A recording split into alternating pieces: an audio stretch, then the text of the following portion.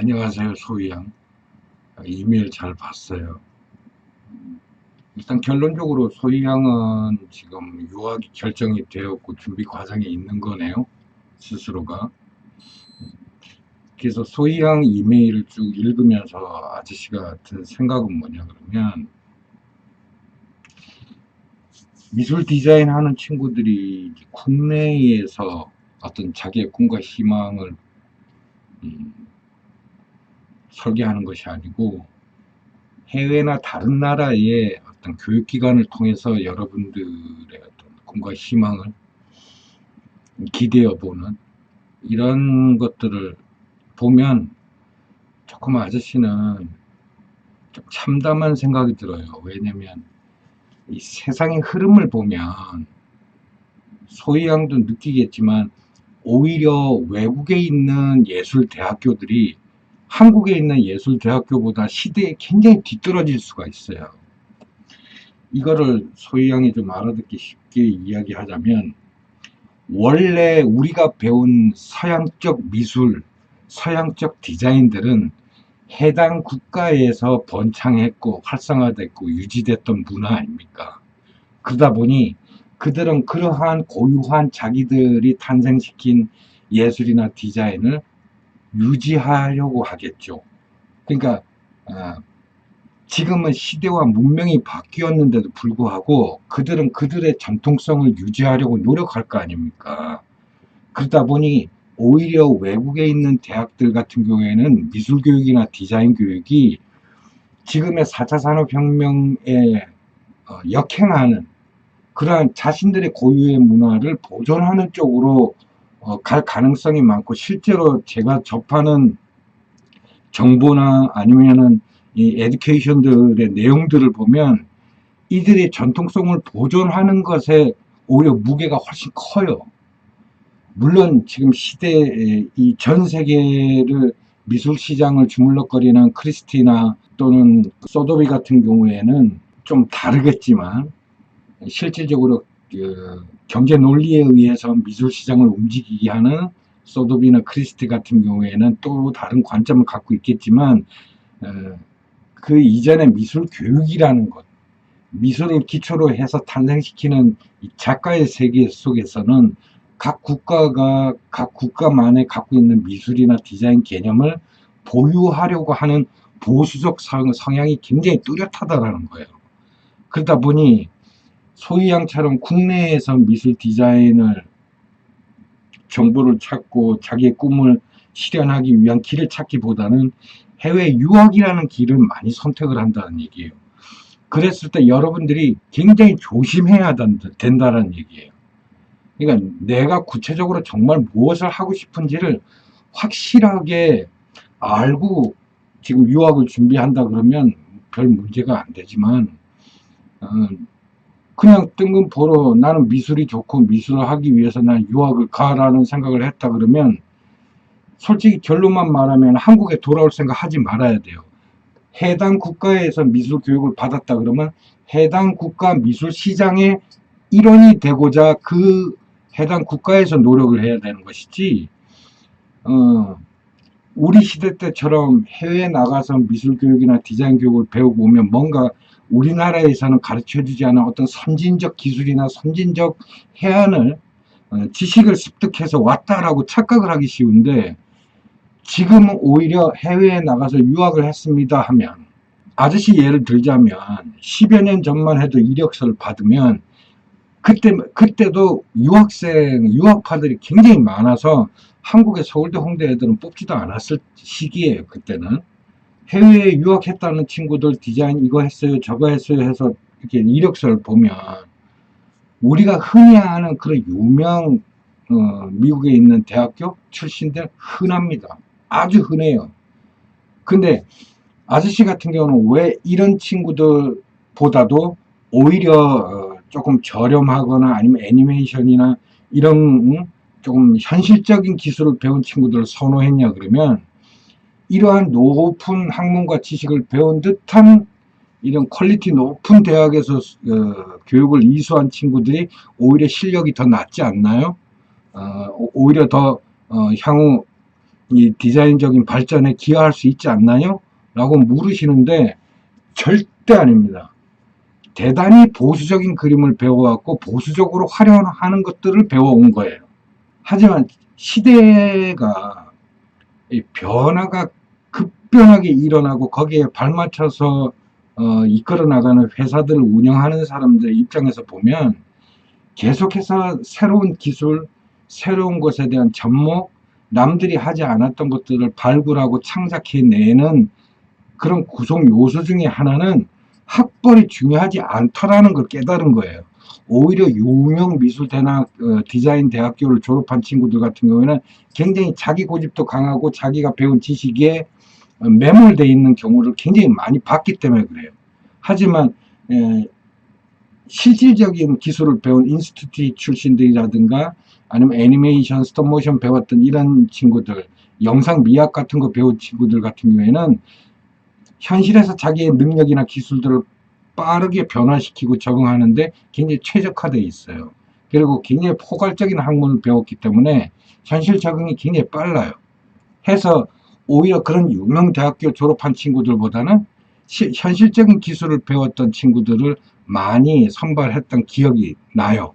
그래서 아저씨가 이런 얘기를 하는 궁극적인 이유는 뭐냐 그러면 소희 양이 어떠한 학교를 목표로 해서 교육을 받으러 가는지는 잘 모르겠으나 그러한 미술 세계, 디자인 세계는 해당 국가의 전통적인 미술 시장과 디자인 시장을 보존하기 위해서 그 생태계를 유지하기 위한 에듀케이션을 짜져 있을 가능성이 매우 높기 때문에 현재 한국에서 부르짖는 포츠 인더스트리 레볼루션이라고 하는 세계를 우리 일반화하기 위해서 각 분야별로 굉장히 많은 노력들을 지금 펼치고 있고 우리가 쓰는 핸드폰조차도 5G를 세계 최초로 상용화하는데 앞장섰던 이런 행정력들을 볼 때 회사나 우리나라의 이 앞으로 나가는 방향들을 보면 국제사회보다 어쩌면 더 앞서 있는 그런 걸 발견할 수 있고 아저씨가 이렇게 Q&A 할 때 친구들 질문을 받다 보면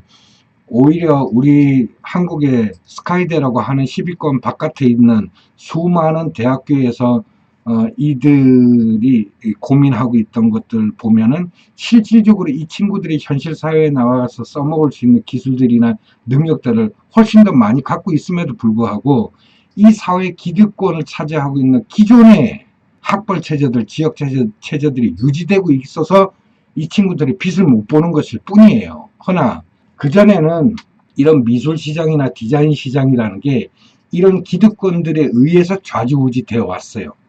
지금도 일반 보도나 미술에 대한 정보나 디자인 정보를 뒤져보면 그 출처가 전부 이 스카이 쪽에서 나온 이런 출신들이 만든 협회나 단체나 법인 업체들이 굉장히 많아요. 거의 절대 대다수예요. 그러니까 자기들이 만드는 생태계예요. 그게 지금 한국에 있을 뿐이에요. 근데 이게 점차 밀려나가기 시작하는 게 우리나라 미디어 시장 때문에 이런 변화가 일어나기 시작하는 거예요. 뭐 여러분들 잘 보는 유튜브라든가 뭐 아프리카 TV라든가 네이버라든가 다음이라든가 많은 영상 사업을 통해서 정부가 그동안 이들만의 기득권이었어요. 기득권들만 영유할 수 있는 정보였다고 이것들이 오픈된 이 미디어 시장을 통해서 쏟아져 나오면서 이 정보들이 어떤 특정한 사람들이 전유물이 아닌 일반인 누구나 확인 가능한 정보로 바뀌어버린 거예요. 그러다 보니까 이 사람들이 전해주는 미술에 대한 정보, 디자인에 대한 정보가 얼마나 어처구니 없고 자기화되어 있고 자기들 중심적으로 짜져 있고 자기들 사회에서 만들어낸 프레임을 가지고 일반인들한테 전해주는지가 완전히 들통이 나버린 상황이에요, 지금. 그래, 시대는 지금, 사회는 이렇게 많은 것들이 변하고 있고 바뀌고 있고 또한 이런 기득권에서 벗어난 친구들이 어떻게 해야만 우리가 이 사회의 미술이나 디자인이라는 사업들을 활성화시켜서 미술이라고 하는 기초를 배웠을 때 각종 분야로 나갈 수 있는 사람으로 성장이 되고 또한 미술이라는 걸 배워서 디자인이라는 걸 배워서 내가 얼마나 풍족한 생활을 할 수 있는 경제적 활동도 포함된 이런 생활을 할 수 있을까를 이제 고민하는 시대가 되어버렸어요. 이런 시대에 지금 소희양이 외국에 나가서 수년 동안은 서양화를 다시 공부를 하게 되고 그쪽 나라에서 만들어진 에듀케이션에 의해 가지고 미술 공부를 하게 되고 디자인 공부를 하게 되고 그런 후에 다시 한국에 들어온들 한국하고는 아마 괴리감이 굉장히 많이 벌어지지 않을까 싶은 생각이 들어요. 그래서 굉장히 신중하게 생각을 해봐라.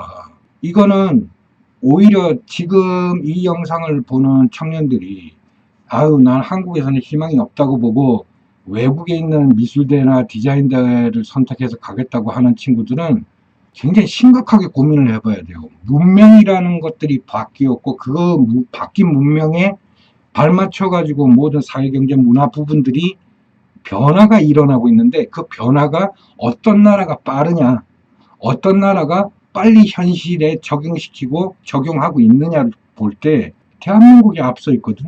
대한민국이 가장 빠르게 하고 있거든. 근데 그러한 대한민국을 제껴두고 해외에 나가서 내가 어떠한 공부를 하고 대학을 졸업한들 그 국가의 어떤 시스템에는 맞는지는 모르겠으나 그러한 관습과 풍습과 문화를 익힌 친구가 한국에 다시 들어와서 향후 10년 후, 20년 후 우리 대한민국 문화와 예술 계통에서 활동을 하겠다는 것은 아저씨 시대 때는 굉장히 우대받던 시대였는데 아저씨가 판단할 때는 향후 소희양처럼 10년 후, 20년 후 대한민국에 돌아오게 되면 해외 유학파들은 오히려 굉장히 이 사회에 필요 없는 존재, 아주 고리타분한 고고학을 공부한 친구들, 잊혀지고 사라진 공부를 하고 온 친구들, 전혀 현실에 적용할 수 없는 기술과 능력을 가진 친구들로 분류될 수 있다라고 하는 굉장히 위험성을 내포하고 있어요. 그래서 내가 어떠한 공부를 하러 가느냐가 대단히 중요한 거예요. 해외에 나가더라도. 해서 소희양처럼 서양화라고 하는 단순한 미술을 공부하기 위해서 해외 유학을 간다는 것은 아저씨는 절대 반대예요.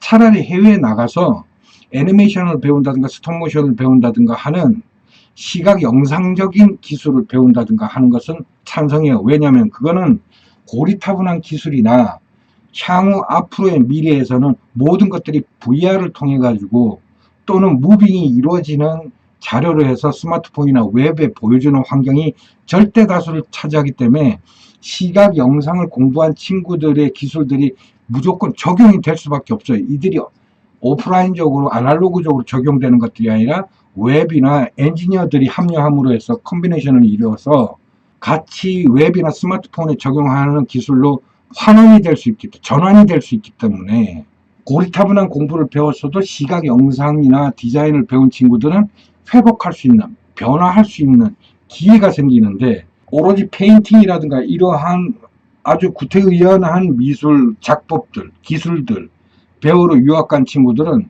10년이나 20년이 지나도 변함없어요. 오히려 한국 사회에는 더 적용할 수 없는 기술이 될 수밖에 없을 거예요, 아마. 저는 그렇게 판단하는 거예요. 그래서 유학이라는 거는 이제는 굉장히 신중하게 생각을 해야지 소위 이렇게 가볍게 생각하고 외국 나갔다 오면 훨씬 더 남들보다 높게 스펙을 쳐주지 않을까? 뭐 우리 한국 사회에서 조금 우대받지 않을까? 저는 거꾸로 봐요. 알겠죠?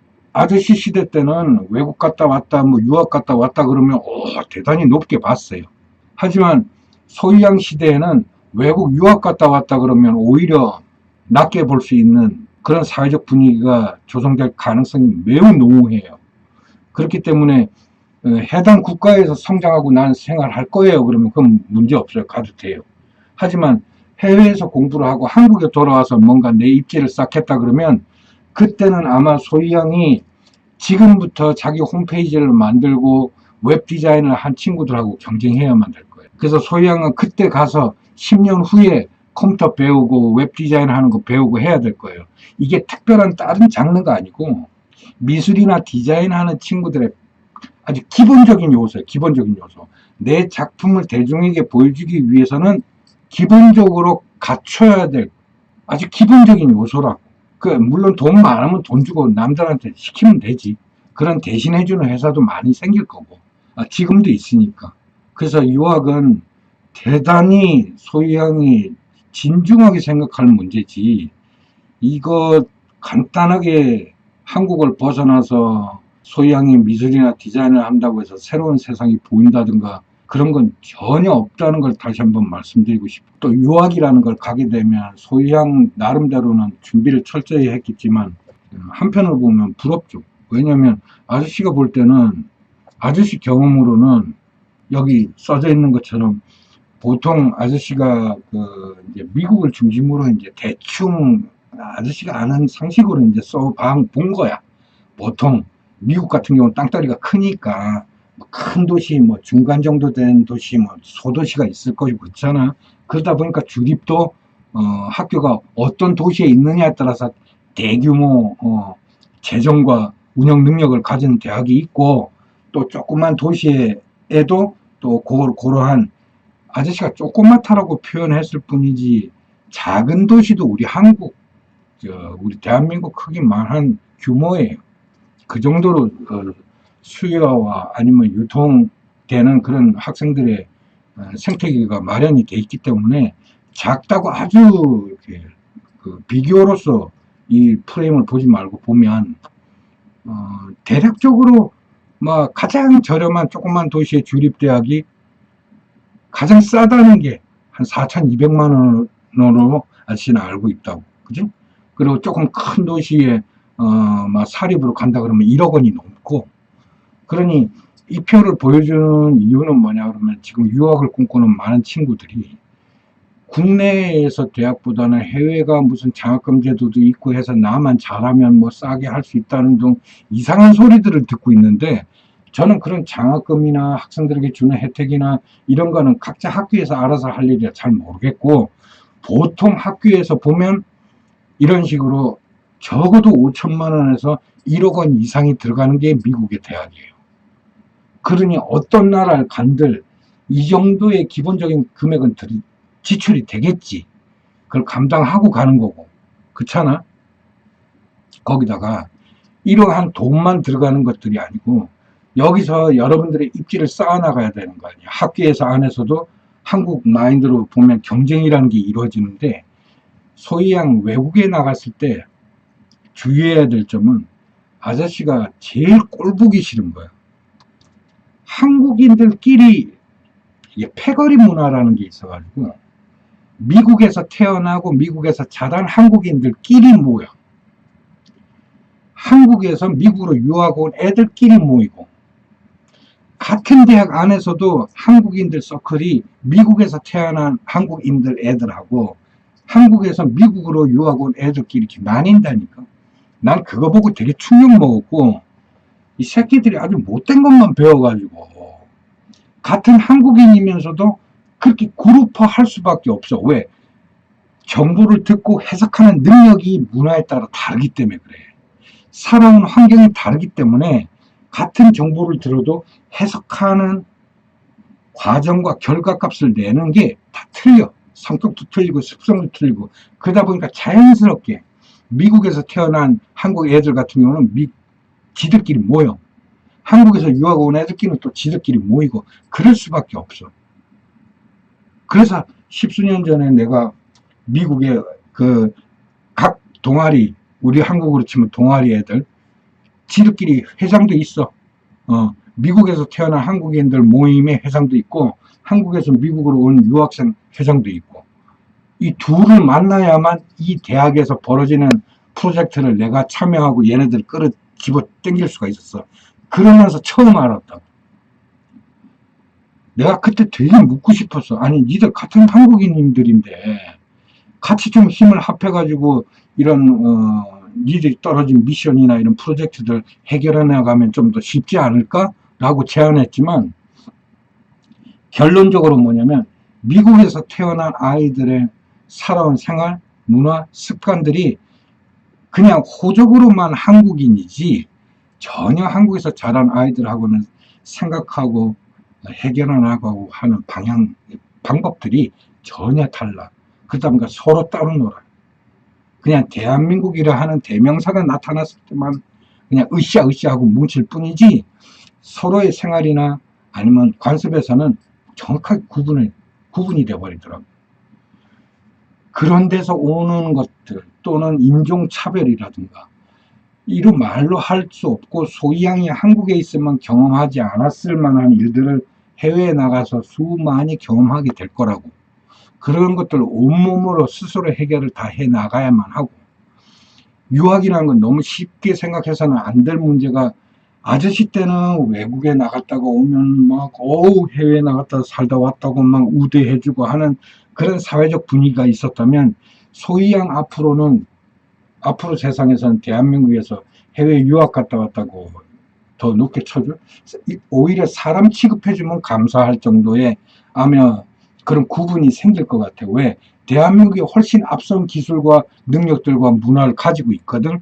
그것들을 지금 기성세대, 아저씨 세대들이 못된 놈들이 위해서 지금 장악하고 있어서 우리 젊은 청년들이 깨고 나가질 못해서 그렇지, 가만히 둬도 이 기득권층은 무너지게 돼 있다. 지금 자라는 청년들은 스스로 규합하고 단체화해서 그 힘을 키워나가야 되는데, 그 누구도 앞장서지 않다 보니까 본인들의 미래나 걱정하고 앉아있지, 지금 규합하지 못하고 있을 뿐인데, 사실은 서울시를 통해서라든가 아니면 NPO 단체를 통해 가지고 의식 있는 친구들이 그러한 모임들이나 단체들을 만들어서 사회적 활동이나 이런 것들을 많이 하고 있거든.